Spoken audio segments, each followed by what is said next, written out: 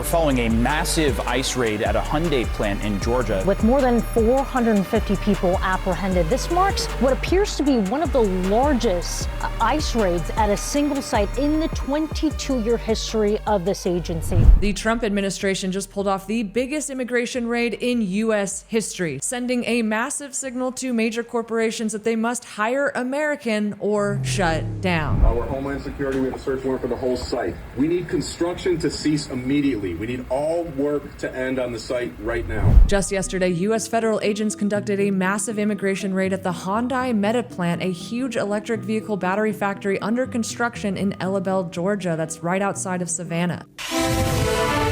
We are making many arrests of undocumented individuals.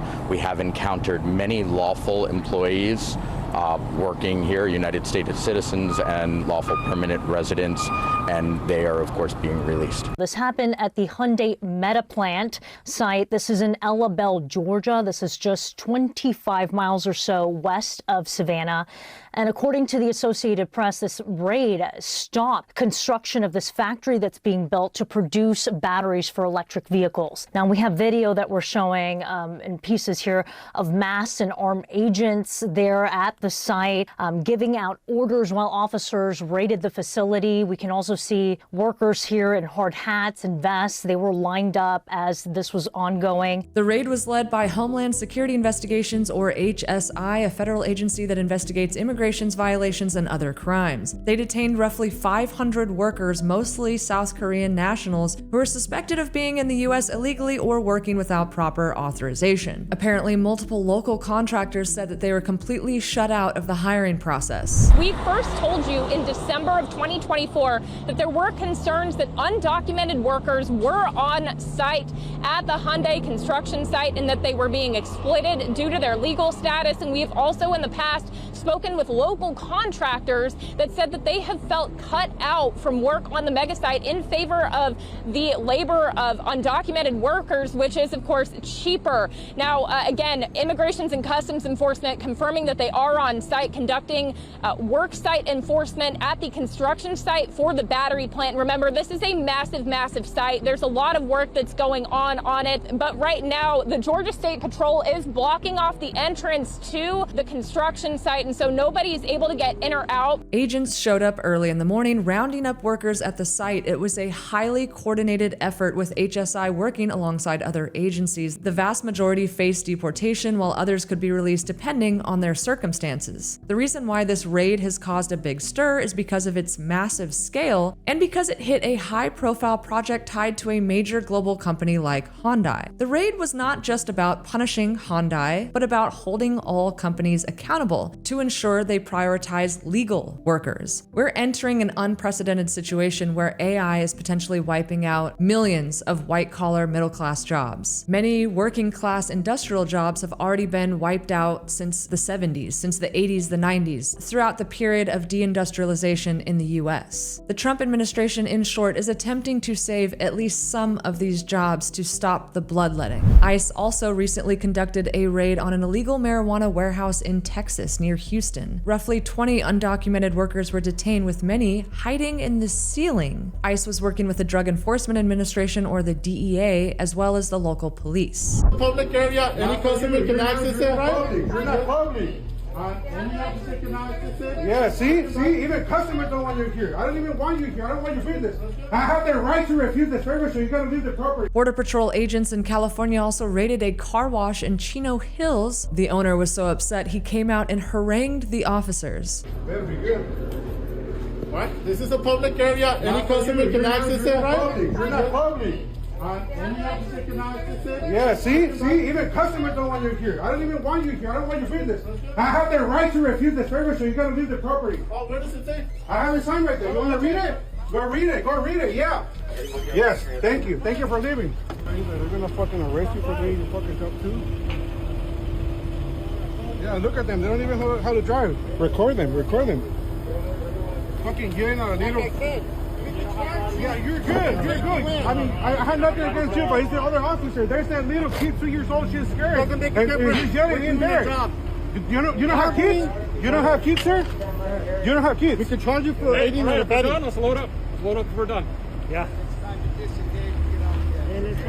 Many of these business owners are enraged because they have been relying on cheap, exploited labor as an alternative to paying American citizens a livable wage. Additionally, federal agents also raided a nutrition bar confectioner's plant in Cato, a small town near Syracuse, New York. Gary Robinson Jr. spoke with part of the company's leadership and people who say loved ones may never come home to their families. It started as a normal workday at nutrition bar confectioners until federal agents swarmed the Cato factory. This was not just a random raid. This was coordinated. This was planned. The owners of the plant, the Schmidt family, claimed they vetted all their workers and that everyone had legal documentation. However, systems like E-Verify are not foolproof. Fake IDs and loopholes have been a problem for years, and raids like this send a message to businesses: get your house in order or face the consequences. Unsurprisingly, the owner of the plant, the Schmidt family, is not happy with this raid. Lenny Schmidt is an owner of the company. Came into work today and, a bunch of federal agents, sheriff's department were here conducting an investigation. I'm not sure how many, probably could be about 100. Wasn't able to get into the facility. They weren't letting anybody in there. Schmidt says it was a terrifying scene. Officers with dogs and vehicles surrounding the factory. The people that work for us are, every single one of them are wonderful people. They work hard.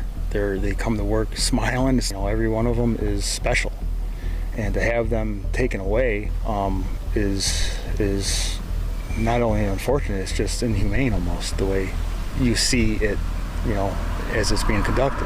Homelessness, drug addiction, and economic despair have plagued American citizens for so long that Trump is prioritizing putting American workers first, and raids like these underscore his commitment to them. The idea that enforcing existing immigration law and getting business owners to hire American workers, the idea that that is inhumane is, let's just say, a minority position among US voters. Many would argue that what is an actual inhumane practice would be exploiting cheap labor to the disadvantage of American workers. ICE agents were also seen raiding a Home Depot in Baldwin, New York. It's important to note that these are all pre-planned and well-researched raids. They are not random sweeps. They are not detaining US citizens. And so business owners who are upset and calling the actions of ICE inhumane are really upset about their bottom line. They don't care about the workers being exploited. They don't care about the US workers who are not able to earn a living wage. They're only concerned with themselves and maximizing their profits while breaking the law. A protest is underway outside the ICE processing center in Broadview. Let's check in with our Joni Lum for an update.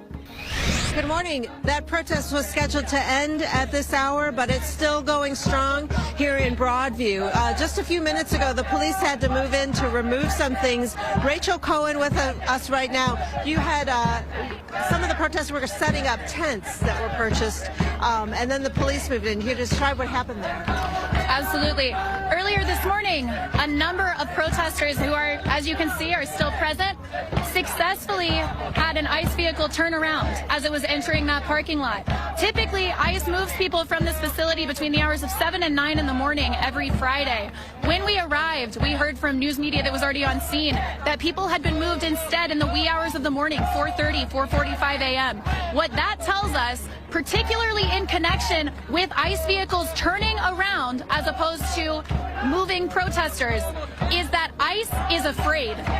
ICE is attempting to terrorize my neighbors, and yet all it takes to terrorize them right back is us showing up and sitting down. They say that they have a heart for undocumented workers being deported, but they are essentially fighting for corporations' abilities to exploit vulnerable foreign labor populations from other countries at the expense of American workers. In other words, these protesters are in essence defending poverty wages for foreigners over living wages for American workers. One has to wonder where these protesters were during prior administrations when far more people were deported. Under Clinton, during his 2 terms, 11.4 million people were deported. Bush, under his 2 terms, 10.3 million people were deported. Under Obama, there were about 5.3 million deportations in 8 years. Under Biden, there were 4.7 million deportations, mainly because of Title 42, which allowed the government to quickly expel people at the border without processing their immigration or asylum claims out of concern that they had COVID. This was a holdover from the Trump administration. Otherwise, many of them would likely have been let in. The 4.7 million under under Biden also just in his one term alone pales in comparison to the tens of millions of people who were let in. Still, that number is much higher than deportations under Trump during his first term, which only totaled 2 million, less than half the deportations during Obama's 8 years, and less than half the deportations during Biden's 4 years. Now, you would think, based on all the negative news coverage of Trump on the issue of immigration by the legacy media over the past several months, that Trump has deported millions and millions of people. However, the actual number is roughly 200,000 deportations, including voluntary deportations, meaning people who just took a payout and a free plane ticket to go back to their countries of origin. Even if we factored in a generous estimate for the remainder of Trump's second term, that would only mean 400,000 deportations total annually, which is roughly 1.6 million deportations in his second term. That's 400,000 fewer deportations than Trump's first term, which again was a record low compared to every other president going back to Clinton. You wouldn't know it from the legacy media's negative coverage of Trump, but actually the reason why Trump deports fewer people is because he's mainly focused on closing the border, which would render deportations unnecessary. And when you're talking about what's more humane, what's a more humane practice than other practices, it seems like that's an arguably more humane practice than letting a bunch of people in and deporting, again, for Clinton, over 11 million people. In other words, immigration is a sticky and difficult situation in general, but if you actually shut down the border, rendering deportations unnecessary, and prioritize giving living wage jobs to American citizens, isn't that truly the more humane alternative here?